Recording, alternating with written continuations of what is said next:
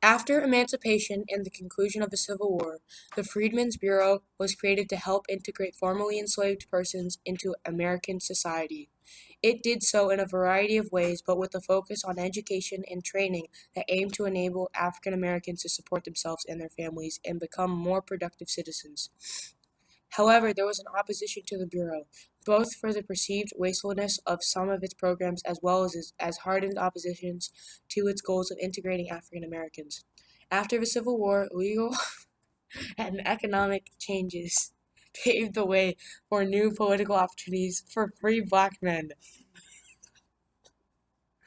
Not only had the Reconstruction Amendments, the 13th, 14th, and 15th Amendment aimed at securing basic liberties and rights for African Americans after the Civil War.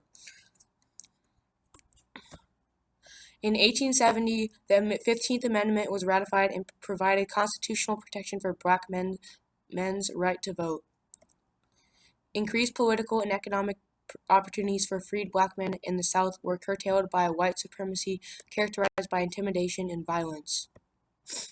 In post-war Louisiana, for example, white violence undermined black civil and political rights.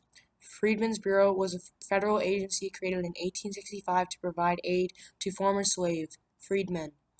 The Ku Klux Klan, also known as the KKK, was a terrorist organization created by former Confederates and Southern Democrats to intimidate and prevent freedmen and Republicans from gaining political power in the South.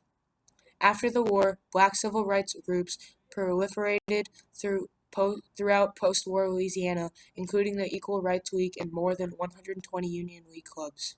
From 1867 to 1868, radical Republicans and their black allies at the national level secured a number of protections for freed people, including federal requirements for enfranchising black men.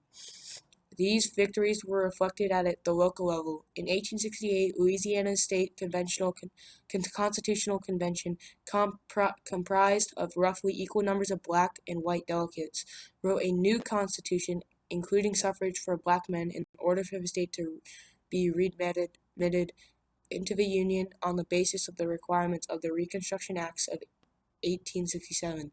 That same year, voters elected a black Republican, Oscar Dunn, lieutenant governor.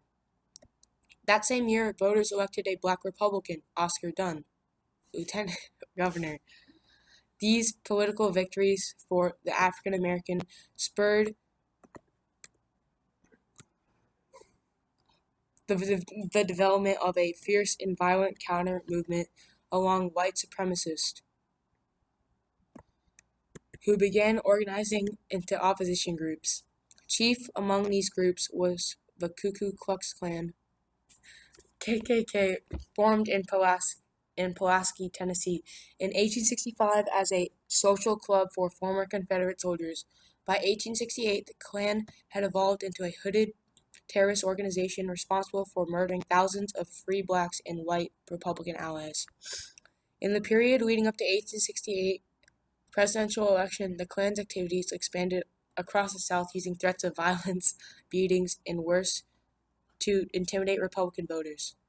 A campaign of widespread terror took hold as the presidential election neared. In Kansas, there were more than 2,000 politically motivated murders. In Georgia, the number of threats and beatings were even higher, and in Louisiana, 1,000 freed people were killed.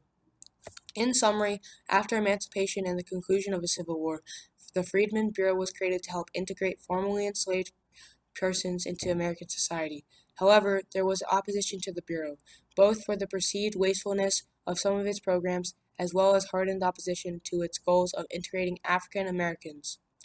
The KKK, also known as the Ku Klux Klan, was a terrorist organization created by former Confederates and Southern Democrats to intimidate and prevent freedmen and Republicans from gaining political power in the South. Not only had the Reconstruction Amendments, the 13th, 14th, and 15th Amendment aimed at securing basic liberties and rights for African Americans after the Civil War, abolished slavery, and recognized freed blacks as citizens entitled to due process and equal protection of the laws. They also gave freed black men the right to vote and even hold political office.